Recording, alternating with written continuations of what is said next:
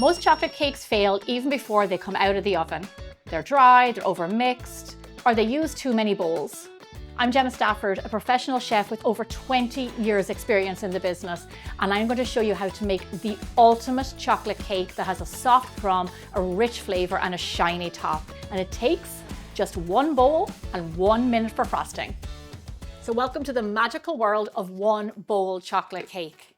It is the simplest, easiest cake to make with no special equipment and the best results. So into our bowl, I'm going to add in some all-purpose flour, some granulated sugar, we call caster sugar, and some cocoa. Now please use good quality cocoa powder. What we don't want to use for this cake is Dutch process. You just want regular unsweetened cocoa powder. We are going to be adding in some baking soda to react with that to help the cake rise. So we need that acidity in the cocoa powder, which Dutch process doesn't have. Dutch process is wonderful for so many things, but not the best for this cake. And of course, a little bit of salt. Anytime you're using chocolate in recipes, salt is key. Give those a stir together. What you can do for extra insurance is to sift all your dry ingredients together, because cocoa powder is notoriously lumpy because it contains moisture from the cocoa butter. So you want to make sure there's no lumps in there. Now, sticking with our one bowl, we're going to add in our wet ingredients. Here comes a large egg. For all my baking, I use large eggs. Next, we are going to add buttermilk. So buttermilk is probably one of the best ingredients you can add into chocolate cake. The acidity in the buttermilk tenderizes the flour, makes it incredibly soft, gives it a soft crumb, but also the acidity in the buttermilk helps to rise the cake because it reacts with the baking soda. So there's lots of reasons why that's in there. Also, rather than adding a different liquid, buttermilk is high in fat. So high in fat means high in flavor, and has that lovely tang too, which is really delicious. If you go to your fridge and you realize you have no buttermilk and weren't planning on buying any, you can easily make your own. I've got a recipe on my website. Next, we are going to add in some hot water. Now, you're probably wondering why hot water and not just regular water. And what the hot water does is actually hydrates the chocolate. So when you think about cocoa powder being a dry form of chocolate, now you're getting like a wet, rich, dense, delicious version of the chocolate. And just so you know, when you're adding in that hot water, if you want to add in a little bit of espresso powder just to bump up the flavors and really intensify the chocolate, that would be a really lovely addition. And then lastly, we're going to add in some vegetable oil. Vegetable oil adds moisture to cake. When you think about carrot cake, lots of our carrot cakes have vegetable oil. It makes the crumb very soft. What I like to do when I'm feeling a little bit fancy is add in the espresso powder, but add in very light olive oil instead of vegetable oil, which adds extra flavor and extra nuttiness. It's really lovely, and also a little bit more like salty. Now, with our whisk, we're just gonna combine all these ingredients together. Gonna break down that egg. Just mix your cake batter until you can't see any more flour. Be careful not to overmix, because we do not want to toughen our cake. So come here to me, Joey. You see those bubbles that are happening in there? That's because once you combine your cake ingredients, it starts to activate and rise, which means bubbles are starting to form, gases are starting to form. So what we want to do is get it into our pan. Now here I have a pan, it's 8 by 8, and it's buttered and lined. And what you want to do for this cake, because we're going to add the frosting in on top once it's baked, is give a little bit extra wall with the parchment paper, because we want the parchment to catch that frosting. So just go in with your batter.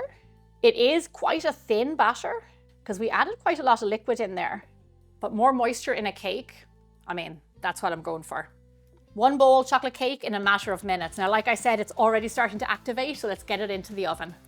This little cake does not take long to bake. You want to bake it at 350 degrees Fahrenheit, 108 degrees Celsius for roughly 25 to 30 minutes, just until it's perfectly baked. So when your cake is done, look how beautiful this. I love because it's like a really dark chocolate color.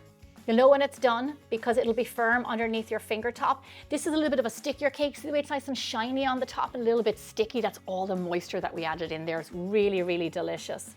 Here's what we want to do. You actually want to frost this while it's still warm. So I'm going to set it over to the side, let it cool down a little bit. Our frosting takes 1 minute. We're going to make it, get it onto the cake, and we'll be good to go. To make 1 minute frosting, it's all in one bowl and we pop it into the microwave. So into this bowl, I'm going to add in some butter, some unsweetened cocoa powder, use the same good stuff that you used for the cake, and a little bit of milk. You can use any kind of milk that you like. Follow me over to the microwave. Microwave this mixture for around 45 seconds to 1 minute. You want the butter to melt and the mixture to bubble. Just note that my microwave is 1100 watts, so your timing may vary.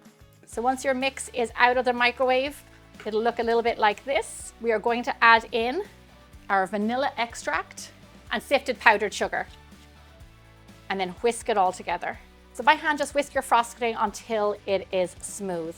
There we go, our frosting is smooth, it's thick, it is fudgy, it's ready to go.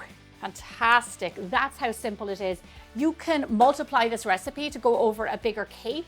And what's actually really popular is to pour it over a sheet of brownies or like Texas sheet cake. It is so fantastic. So just go ahead and pour it over your cake while it is still warm.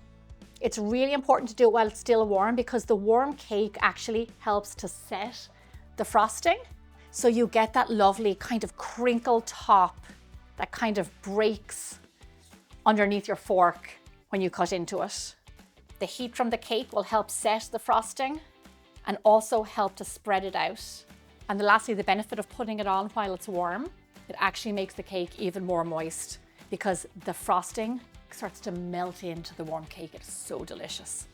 Now, just to finish it off, before the icing sets, for a little bit of pizzazz, because even though it's a very simple cake, it can also be kind of made a little bit fancy with some nice embellishments of some fancy gold sprinkles. And I know this is a square 8x8 pan, but just think about this for a small birthday party. It's like the perfect cake. And who doesn't love chocolate cake as their birthday cake? So this type of frosting actually needs some time to set. So you can leave it out at room temperature for around 2 hours and it'll form a skin and kind of like harden, almost like a shell. Or to make it go faster, you can pop it into the fridge for a few hours. Either way will do the trick. When your icing is fully set, it's time to serve your cake. Yes, it was made in one bowl with no special equipment. The icing took 1 minute, but it also doesn't need any fancy decorating. The beauty of this cake is that it is simple and it can be decorated simply. Once you cut into that frosting, you see that lovely thick cake underneath. It is a rich dark chocolate cake with a really soft tender crumb. Serve it at room temperature or you can even slightly warm it and add a dollop of whipped cream or ice cream on top. Cakes do not have to be complicated to be big and bold, and that's exactly what this is. Well, bakers, I hope you enjoyed this simple 1 bowl cake and 1 minute frosting. It is absolutely delicious and I hope you give it a try. If you want more baking videos just like this one, then get comfy because I have hundreds for you to check out. I'll see you back here again really soon.